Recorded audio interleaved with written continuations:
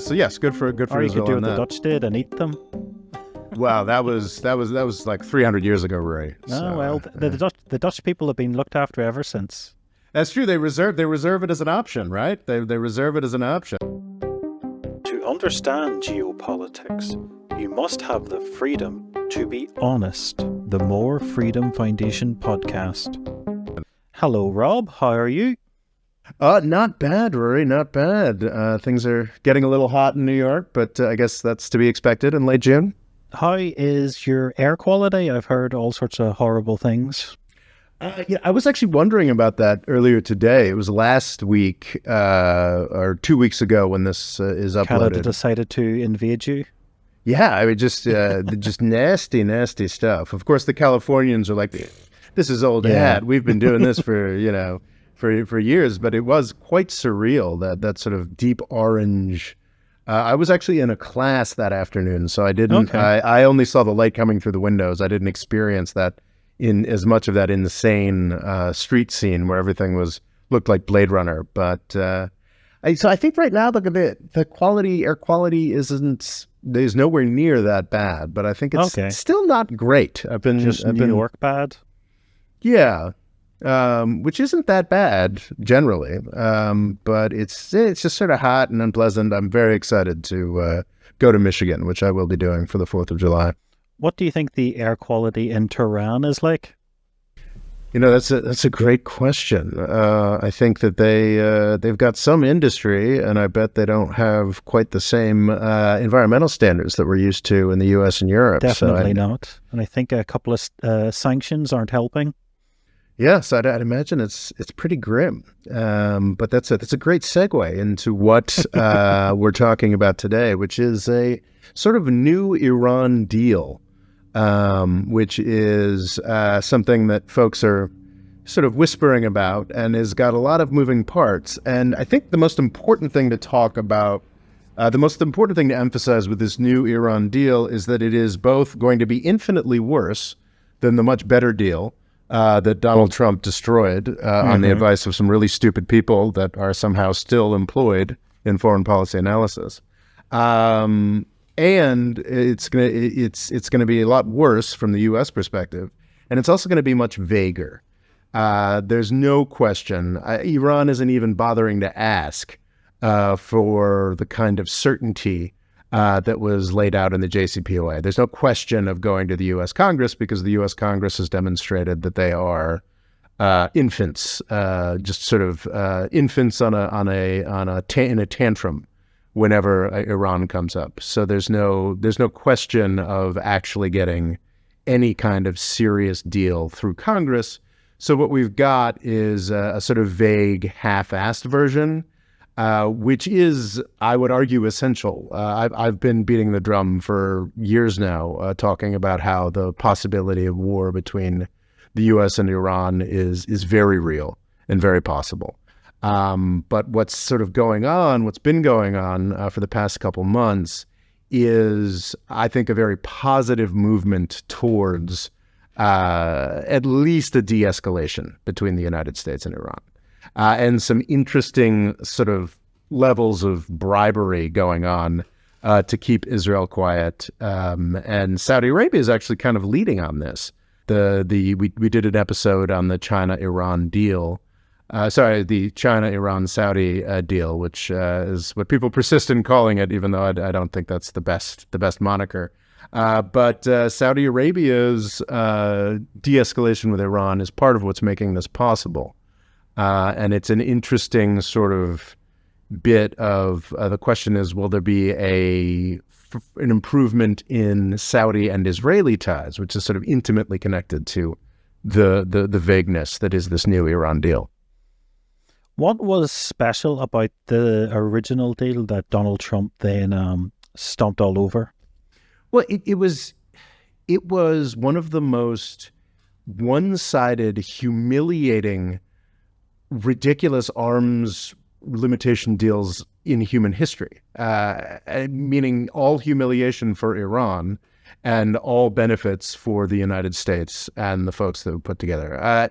It was kind of a uniquely miraculous thing, especially when you consider how badly the United States had fallen in the world's estimation due to the Bush administration. It was this miraculously restrictive deal on Iran that only came about through a variety of political factors that no longer exist, or that still exist but are no longer as fresh and new, as impressive as they once were. Those are the two main factors, I think, that made the Iran nuclear deal possible. The Joint Comprehensive Plan of Action is its official name. Because even Obama, even back then, there was no question of a real treaty making it through Congress. There were too many Iran hawks, certainly most of the Republican Party and significant members of the Democratic Party as well. The process of getting the JCPOA, Obama had to play some really, really hard ball with members of his own Democratic coalition to even get this non-treaty through. But anyway, sorry, these two factors were the shale revolution and Barack Obama's unique celebrity character. It was really interesting. Next week's episode is going to be on Cuba, and it was fascinating how even Fidel Castro, as convinced an Obama enemy as you can imagine, someone who's used to calling U.S. presidents these imperialist dogs, even he had to sort of slow roll and be more careful with his criticism of Obama because he was such a uniquely attractive figure worldwide and had the potential to do so much. So what he was capable of doing, in his because of his biography, his great rhetoric, ethnicity, what have you, he was able to do things in international diplomacy that others could not. And what folks don't quite realize or recall about the JCPOA is that it was a massively multilateral deal. The EU was 100% on board. It's the P5+1 was the sort of, I think that's the 5 members of the Security Council plus Germany or something like that. I'm not entirely certain whether Russia and China were sort of signatories or participants in this. I think they were big fans of it, though. But regardless, they were down with it, and they were like, yes, this seems like a good thing to do. And Russia and China, even though they're big on sovereignty, aren't big on other people joining the nuclear power club that they are a part of. So really, Obama's unique charisma, coupled with the flexibility that the U.S. shale revolution gave us. So this is something that had sort of been gathering speed across the first decade of the century. But it was during the Obama administration that we really got the impact of all the oil technologies that just brought the United States from producing 7 million barrels of oil a day to like 12 to 15 million barrels, almost doubled U.S. oil capacity. And that changed, throughout my 20s and into my early 30s, one of the most important dynamics in geopolitics was scarcity of oil.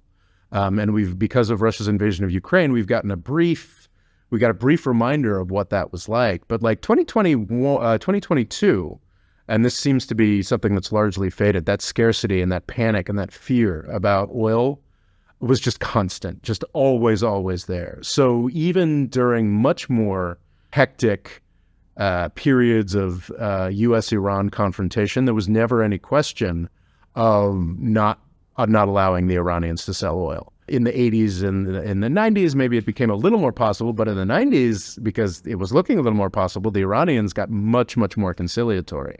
But then in the 2000s, there was no question of being able to limit Iranian oil. And even when Obama put in cooperation with the European Union and at least the acquiescence of Russia and China, put these sanctions in place in 2012, there were a lot of questions like, this could blow up the world economy. This could destroy everything. This could be like 1973 all over again.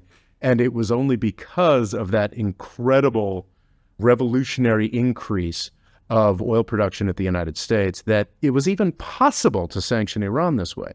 So basically, Iran was facing an international heartthrob as the most powerful man in the world that had not been seen since John F. Kennedy, and actually much more powerful than John F. Kennedy because there was no longer a Soviet Union around. That level of charisma, coupled with a oil market that was in the process of being broken. I mean, honestly, you can probably make an argument, a very strong argument. Actually, this strikes me as kind of incontrovertible fact that the 2012 Iran sanctions are the reason that the oil market didn't collapse until 2014. Despite the amount of oil that the U.S. was producing, oil prices still maintained steadily fairly high at about twice what they are today until 2014. And I think the 2012 Iran sanctions had a lot to do with it. So anyway, so Iran was pushed into this position where, it's a deal where the United States doesn't have to give up anything. There's all the best sorts of deals. Yeah, they're great deals. Your average Republican congressperson or Bob Menendez would be like, he sent plane loads of cash to Tehran, or it's nonsense. It was essentially allowing Iran to receive money that business with the world, do normal business with the world, and receive some monies that were Iranian money, just unfreezing certain accounts that had been frozen due to other things. So that's the thing. We just didn't have to give up anything. The Iranians agreed to ship out all of the uranium that they had enriched. I believe all of it. As of the implementation of this agreement in early 2016, Iran had no enriched uranium. They also agreed to incredibly invasive inspections by the International Atomic Energy Agency, the IAEA. This is, to be clear, Iran is a signatory to the Non-Proliferation Treaty, and all signatories to the Non-Proliferation Treaty are subject to a certain level of inspections by the IAEA. Obviously, the United States and other members of the Nuclear Weapons Club don't have to satisfy those sorts of things, though I'm sure we all have relationships with the IAEA, whatever. There's a baseline level of IAEA compliance that everybody who's signed to the NPT has. Iran agreed to a vastly higher level of that sort of thing. So essentially, the Iranian nuclear problem was solved. It just wasn't there anymore. And Iran bent over backwards to satisfy the international community. Yes, and I mean it's people don't talk about it this way, but it's an incredibly humiliating thing for a country to be subjected to. I mean, this is Iran. Obviously, the whole deal with their Islamic revolution is independence from U.S. imperialism, and to be forced into these kinds of strictures, it's extraordinary that we got away with it. But the damage of the sanctions and the relative unity of international response that Obama was able to put together made this possible. It was an extraordinary deal, and anybody who tells you different is either a liar or is just so brain bent by years of propaganda that they just don't get it. Now, of course, Israel hated this. Saudi Arabia hated this because they hate Iran. Well, of course they hate Iran, sure, but solving the nuclear problem, which the JCPOA 100% did, means the United States does not care about Iran. There is no plausible reason for the United States to complain about Iran if the nuclear issue is solved. Well, I mean, there was, of course, the fact that they would kill our soldiers when we invaded their neighbor and declared war against Iran, which is, fairly understandable. But by 2012, that was largely over. And in the mid-teens, Qasem Soleimani's main activity was joining with the United States in fighting the Islamic State. Qasem Soleimani, the famous Iranian general who was assassinated by Trump.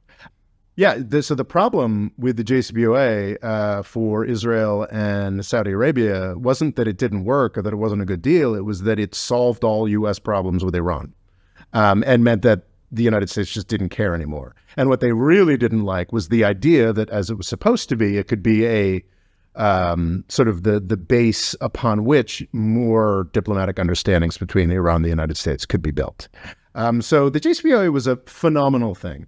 I'm not sure that we needed to do those 2012 sanctions. The more that I think about it, Obama's legacy isn't the JCPOA, because the JCPOA was quickly done away with by Donald Trump. Obama's legacy is those really murderous sanctions on Iran There were already murderous sanctions on Iran, but it's the super murderous sanctions on Iran that were put in place in 2012 by Obama and then were lifted in 2015 and then were slapped right back on by Trump in 2018. So Obama's real legacy when it comes to Iran is murderous sanctions. But the JCPOA was a really, really phenomenal thing that should have stayed in power. That's all gone now. Donald Trump, Mike Pompeo, the cavalcade of nightmare idiots, largely the same people who are responsible for the North Korean nuclear bomb. Had Trump had anything specific with Iran, or was it a lot of Mike Pompeo's influence on him? Well, Trump was running in the Republican primary, and Trump had certain things that he was willing to violate Republican orthodoxy on. But hating on Muslims was not one of those. It is fascinating. It was 2015, 2016 was a very different world from 2023. We've actually been seeing a lot of Republican activists being like, yeah, go Muslims, because in Dearborn, Michigan, no, sorry, it wasn't Dearborn, it's Hamtramck, which is also in the Detroit metro area. Over in recent months, we've seen a lot of anti-LGBT actions by city councils that are predominantly Muslim. So now, yeah, we it's like, do we, back in coalition of hate. Yeah, well, I mean, it's funny because Trump ran in 2016 talking about how terrible Muslims were for gays, and now he's talking about how the gay. Well, he's not specifically talking, but people in the Republican coalition people that are fans talking. of Trump are saying, "Oh well, thank God for these Muslims standing up for conservatives against these gays." It was a very, very different world, and in 2015, though he was willing to say Iraq was a mistake, he was willing to say, "Why are we?" creating this fight with Russia, he was not willing to say, because in Donald Trump's makeup, fundamentally, hating Obama was a really big part of it. It can be oversold a bit, but there is something to Obama mocking Trump at that correspondence dinner in 2010 or 11 or whenever it was. So if he hadn't have done that, would we be living in a very different world? There are other reasons why Donald Trump would have run for president, but deep, deep hatred of Obama and all of his legacy is a key makeup of Donald Trump's political platform. And the JCPOA was the main part of his political legacy. What was the best, the biggest and best part of Obama's foreign policy legacy, along with Cuba, actually. And when Trump came into power, no matter how anti-military industrial complex he pretended to be in some ways, anger towards Iran and Cuba was going to be part of his platform because Obama was seen as being nice to Iran and Cuba. So why hasn't Biden reinstated this deal? There are a variety of reasons for this. In 2021, it was pure cowardice. I think a lot of Biden's bad foreign policy choices can also be explained by just how he was put through the ringer over Afghanistan. It was a great, I think it's Biden, no matter how badly he ends up doing, even if he loses to Trump again, or for the first time next year, will be remembered positively for getting us out of Afghanistan. It's an amazing thing. Thank God we're not there. He ended a forever war. It was amazing. And he was savage in the press. Up until August of 2021, Biden had positive approval ratings. And because of the press and government reaction, just general military industrial complex reaction to his withdrawal from Afghanistan, his approval ratings went back down to Trump levels, and they haven't risen since. And he's learned his lesson. So positive foreign policy actions, sane foreign policy actions, was something that he was really, really punished for. Now that's August of 2021 on the campaign trail. He promised that he'd get back in the JCPOA on day one, and he could have done that on day one. He didn't. You can make a case that any administration, certainly an administration run by a guy as old and infirm as Biden is, has its limitations, and his focus was getting us out of Afghanistan, and that was certainly difficult enough. What have you. By 2022, I would argue the final death of the JCPOA, we had the Masa Amini protests. And even I can understand you're not gonna get into a deal with government that is currently mass murdering protesters in service to male chauvinism and the fact that all women have to wear hijabs or what have you. And at that point, I think the JCPOA was pretty much over, because I should have gotten exactly this detail, but I believe the original conditions of the JCPOA sunset in 2025 anyway. So it's or not all of them, but like the idea of getting back into the JCPOA is quite silly at this point. So it's now to a point where Obama worked really hard, put together this frankly amazing deal that gave us vastly more than anybody would have expected, and a bunch of idiot hawks in Washington, D.C. killed it. I just would want to say about the North Korea thing is that there really was, the Clinton administration made a deal, some variety of bribery, sanctions relief, for them to not pursue a nuclear weapon. In the aftermath of 9/11, the Bush administration was like, oh, we're tough now. That's chicken. They're in the axis of evil. We're closing down our bribery program. And within 3 or 4 years, North Korea built a nuclear bomb. So yeah, it's it's extraordinary. Just that, Kim Jong-un is as powerful as ever. Yeah, well, yeah, of course, and he's got nuclear weapons. So really, I think John Bolton, and a country full of starving people. Yeah, so John Bolton specifically can be credited as the father of the nuclear bomb, and he was also one of the guys. I think he was the National Security Council head or whatever for Trump briefly. Was also one of the guys in charge of killing the JCPOA, which is still fairly likely to bring us an Iranian nuclear bomb. And it's just incredible that, I mean, it's a really great example of what happens when there are no consequences. There's nothing serious about the U.S. foreign policy establishment. They are immortal no matter how badly they screw up. Yeah, they can just fail and still get promoted. Still get directorships at defense contractors, still get invited to write columns in the Washington Post and get fellowships at Harvard. It's pretty nightmarish. And best-selling books. Oh yeah, you betcha. As long as you're aggressive, that's the main thing. If you're I think there's a fairly long list of people who talked sense about Iraq in 2003 who never worked again in journalism, in foreign policy analysis. I think Phil Donahue was like a household name, just a talk show guy in the 80s and 90s in the United States, and he opposed the Iraq War and was never heard from again. Funny that. Yeah, there's infinite excessive punishment for anybody who is anti-war, who gets something wrong. It's part of the reason why I've never even bothered to try for a more official platform with my stuff, because why bother? Nobody's interested. But if the fathers of the North Korean nuclear bomb are still working for the Republican and Democratic parties, and still invited to talk on cable news stuff. The incredible. Now, not everybody who opposed the Iran nuclear deal was fanatical Foundation for Defense of Democracy, is just lunatics, war now lunatics. Tons and tons of people, Republicans and Democrats, all manner of, maybe there's a better deal to be had, like a better deal than this miraculous deal we had. And they killed it. They killed this miraculous deal. It's over. It's done. And now we're in the post-JCPOA era.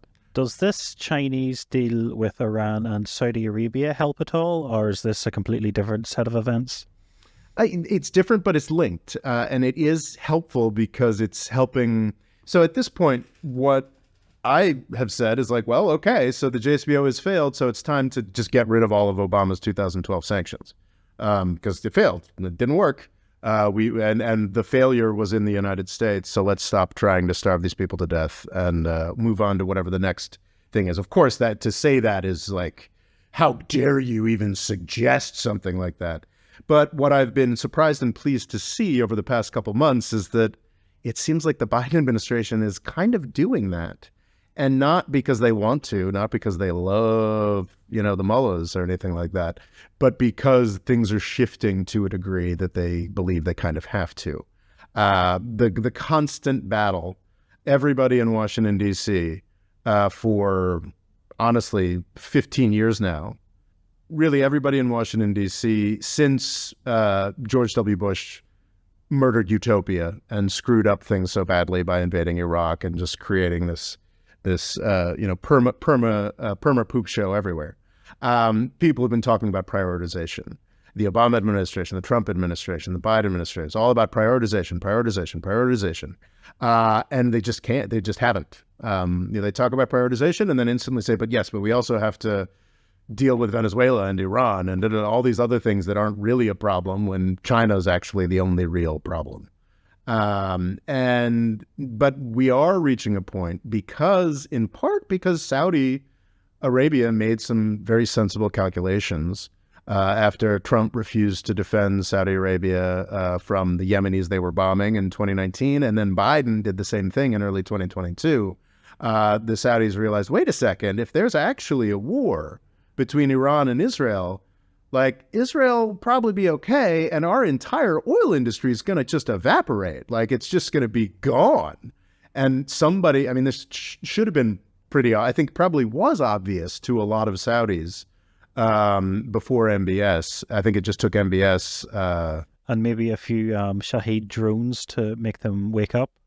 Yeah, well, that's what happened fundamentally is the bombing of the Abqaiq refinery in 2019, which I think knocked out 50% of Saudi Arabia's oil production capacity for a couple days, which in the 90s or the 2000s would have instantly sent oil, from $70 a barrel to $300 a barrel, and didn't really have much of an impact. So I think Saudi Arabia, MBS specifically, is beginning to see reality, and because he's beginning to see reality over the course of course of really 4 years now, because even as after 2019, overtures started to be made by Saudi Arabia to Iran, and we've seen the reasonable fruition of this.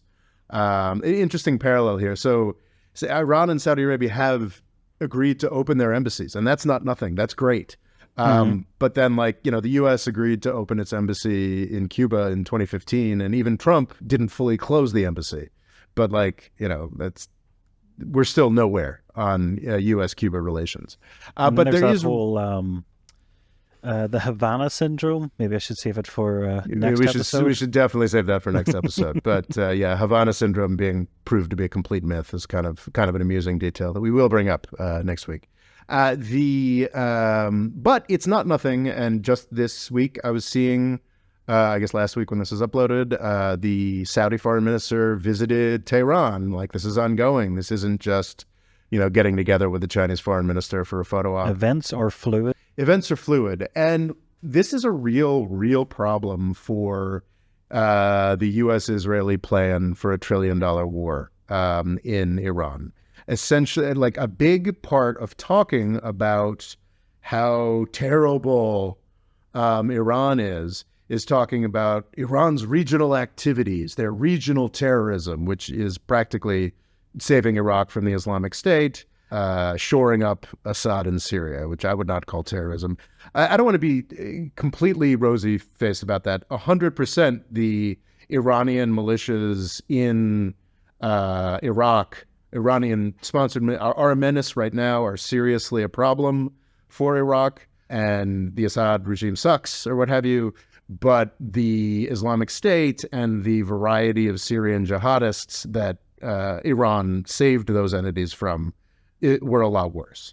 But one of the main arguments that the United States has been using for a decade to justify anti-Iran activity is their terrible regional activities. In a region where Saudi Arabia is glad-handing with the Syrians and the Saudi foreign minister is going to Tehran, that's a lot harder to sell. And that makes it very clear that if we do get into this $1 trillion war, there's no question of, we're kind of defending Arabs or we're kind of being helpful in the region. No, this is entirely a war for Israel. And that is a lot harder to sell.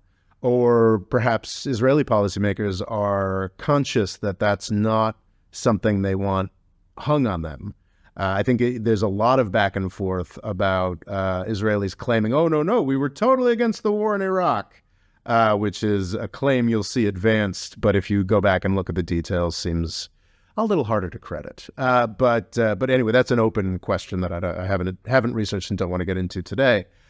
It would be the Israelis don't want to see a Iraq plus something, infinitely more damaging and expensive for the American people to be exclusively for Israel, because they know that hurts them in the long term.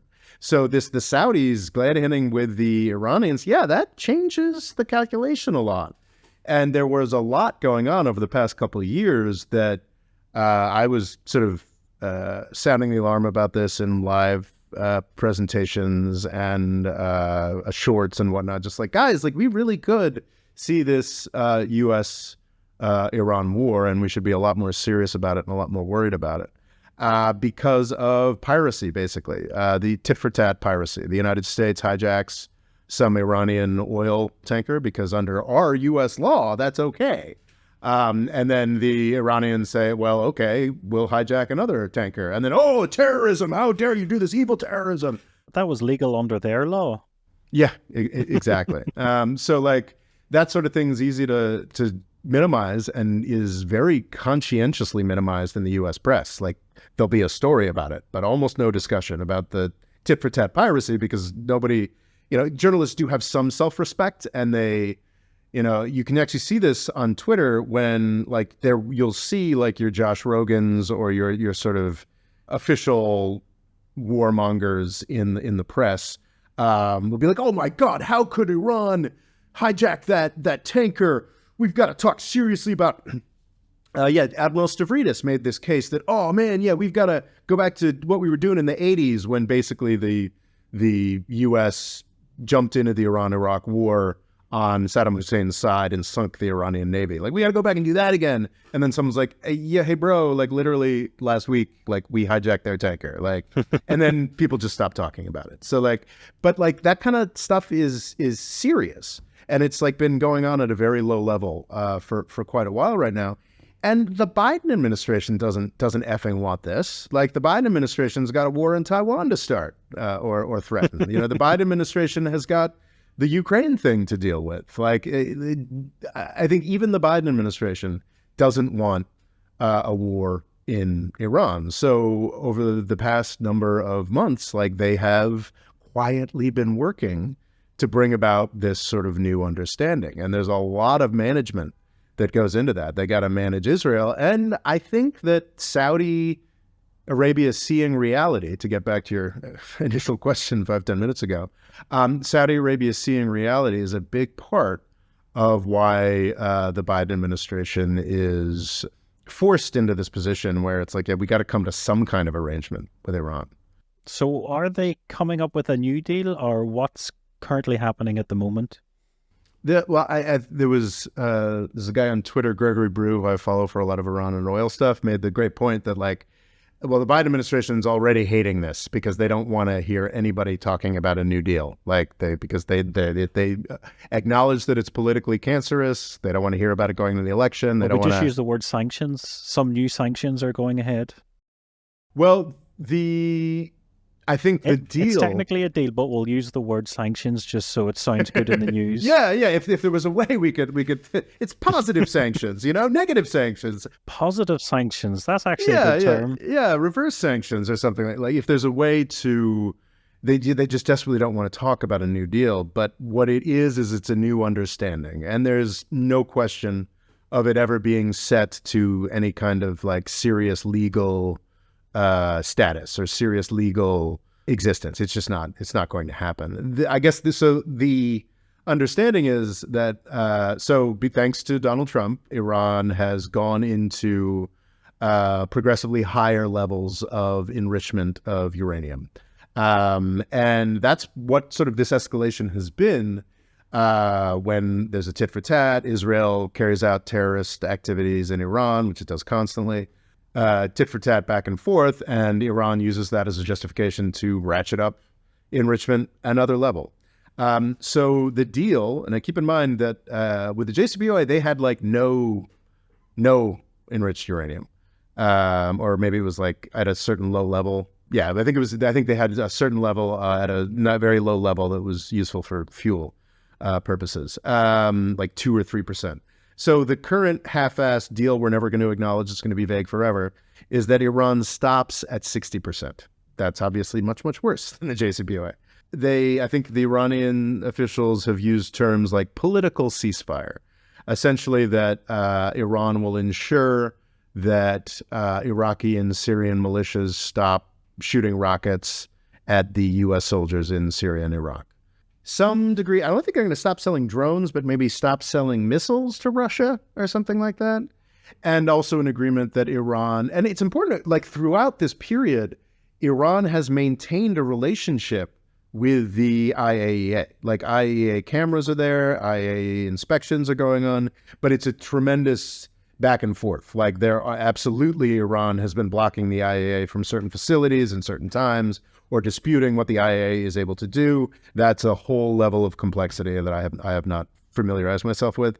And so this is the half-assed vague deal that we're getting. Stop at 60%, stop attacking the U.S. in Syria and Iraq, stop selling certain kinds of weapons to Russia, and step up your IAEA cooperation. That's what Iran will be giving us, which compared to the JCPOA is essentially nothing.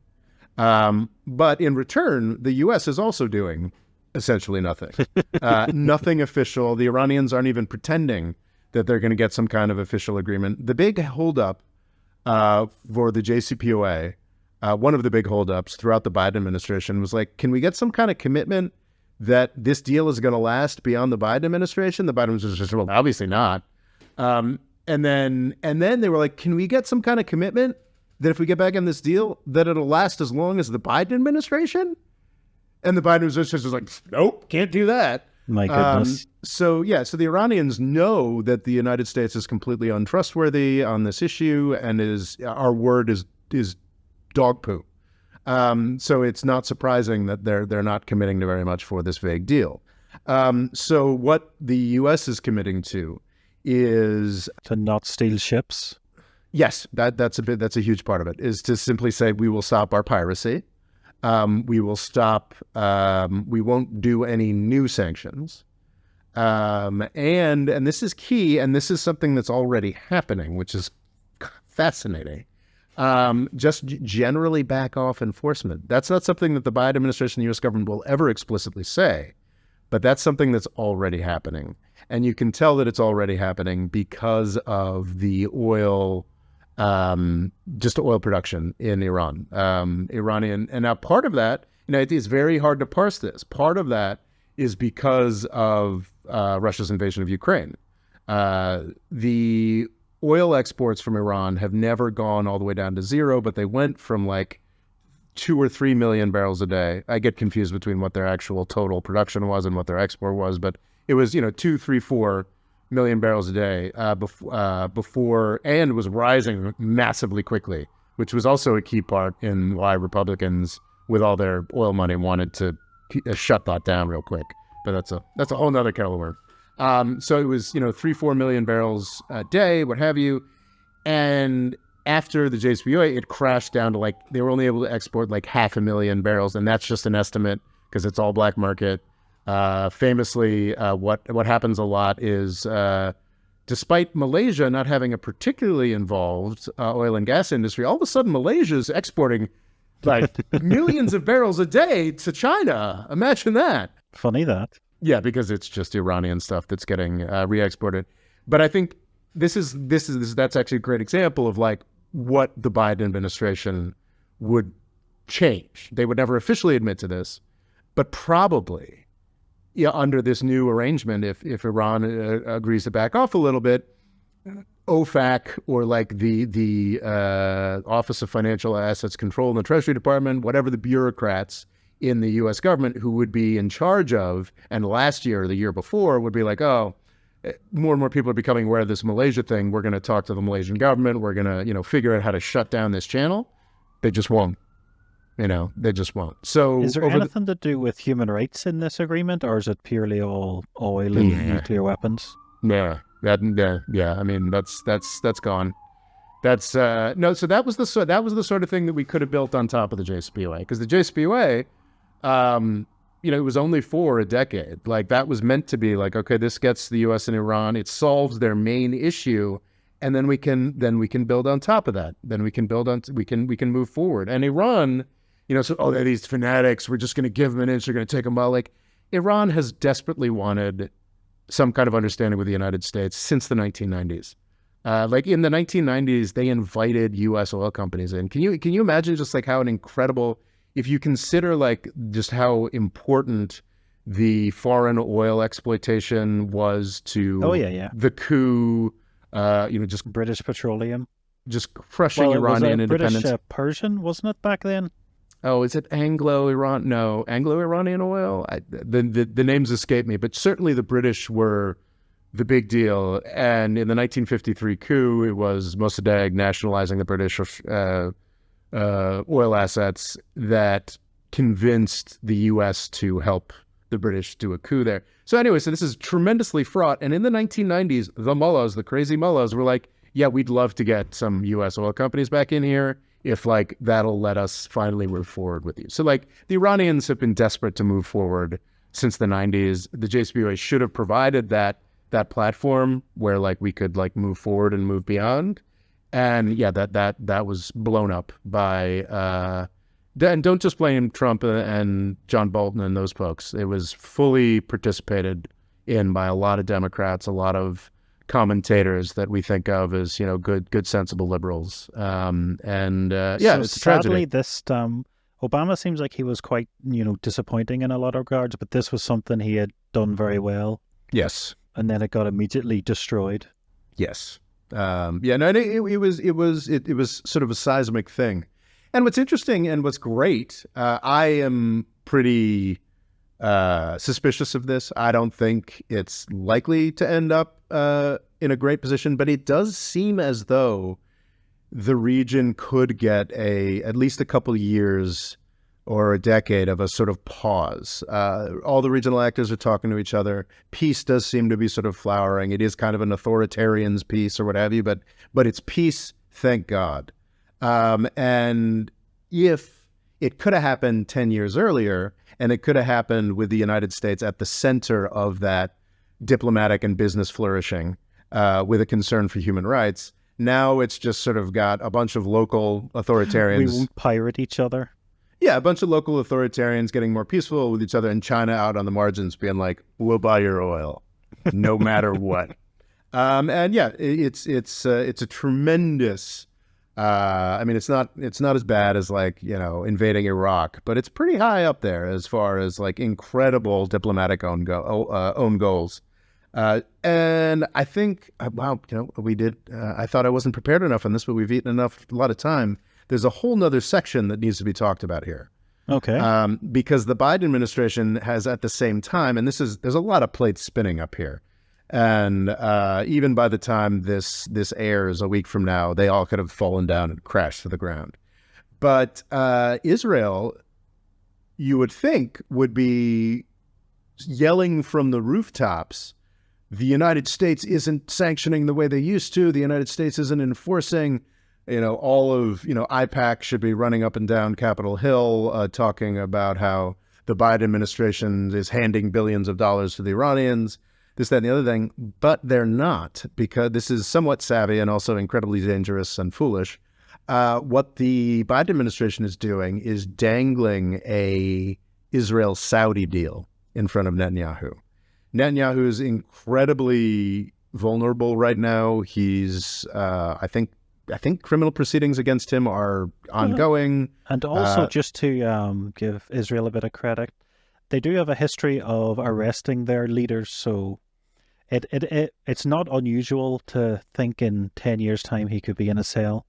That'd be great. Was it the prime minister before him is currently in jail? I'm not certain of that. I don't know the details on that. But yeah, arresting and putting your leaders in jail is a pretty good thing. Like France did it, right? With Sarkozy. So yes, good for or you Israel could do on what that. the Dutch did and eat them. Wow, that was like 300 years ago, Ray. Oh, well, the Dutch people have been looked after ever since. That's true. They reserve it as an option, right? They reserve it as an option. In every Dutch home, they're in case, break glass. Yeah, if you eat a liter once, They remember. you're absolutely right. The Netherlands has been pretty spectacularly run. There's a few mistakes here and there, but for hundreds of years since, maybe that's the secret, Ray. Maybe that's the secret. Well, it does. I somehow doubt that the Israelis are going to eat Netanyahu, but he is in a pretty fraught position. He's got failing legal reforms. He's got a coalition that's even more rabidly right wing than he is.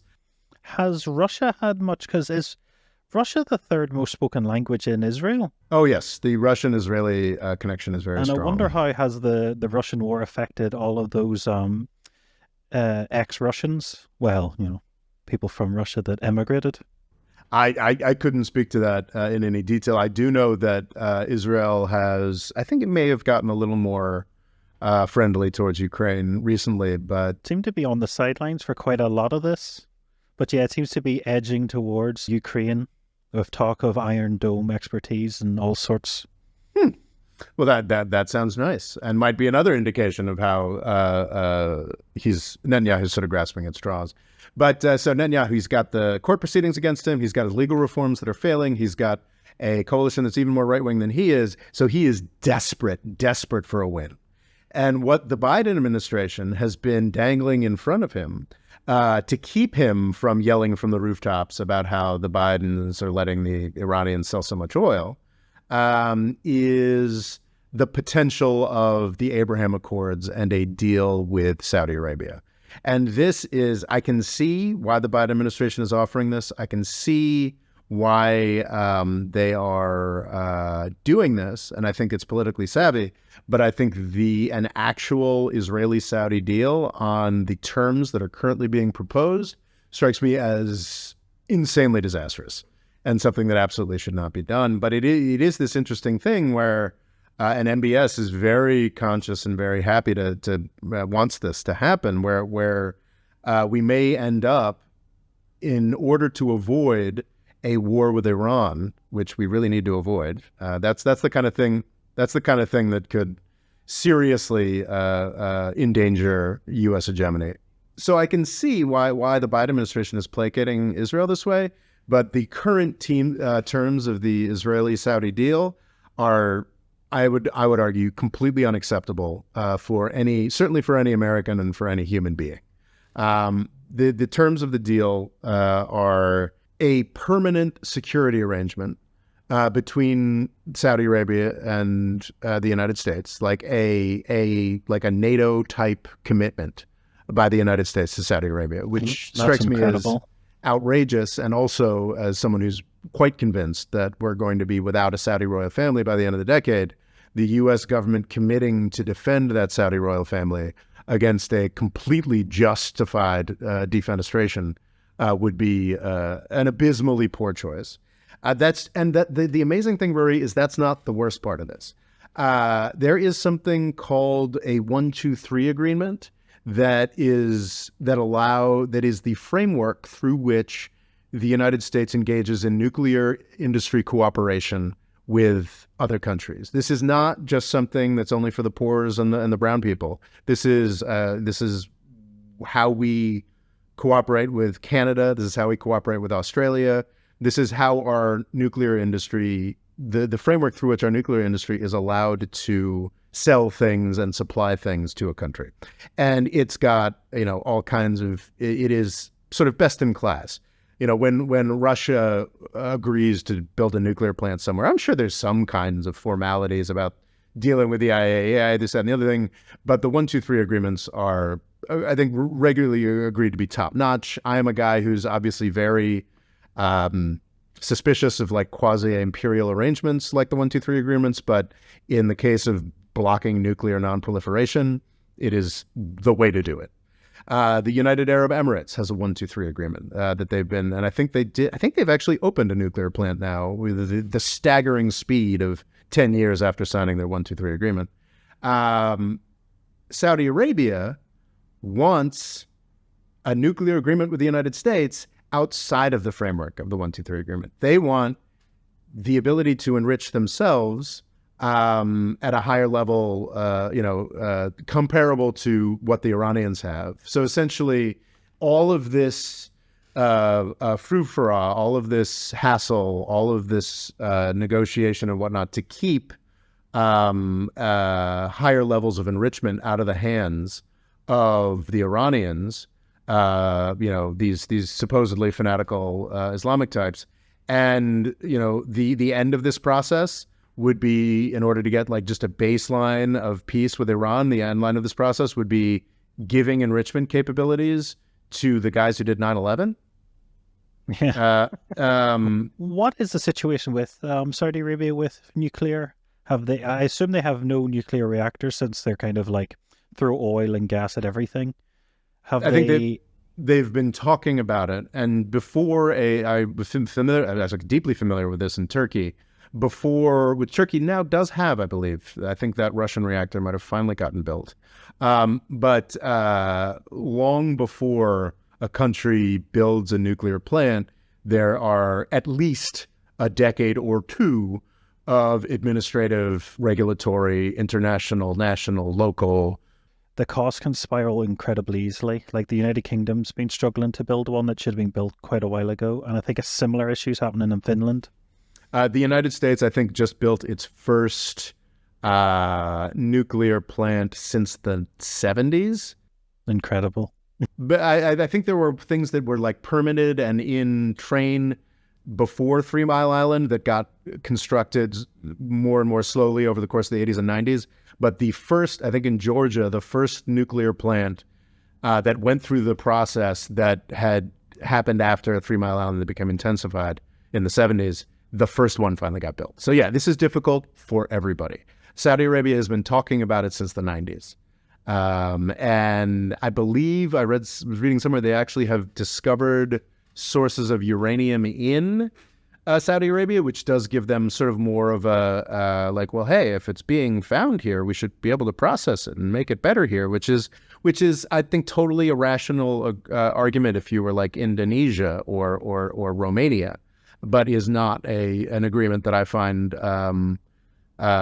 compelling from the architects of 9/11. So yeah, you're uncomfortable about them having nuclear weapons? Yes, I am.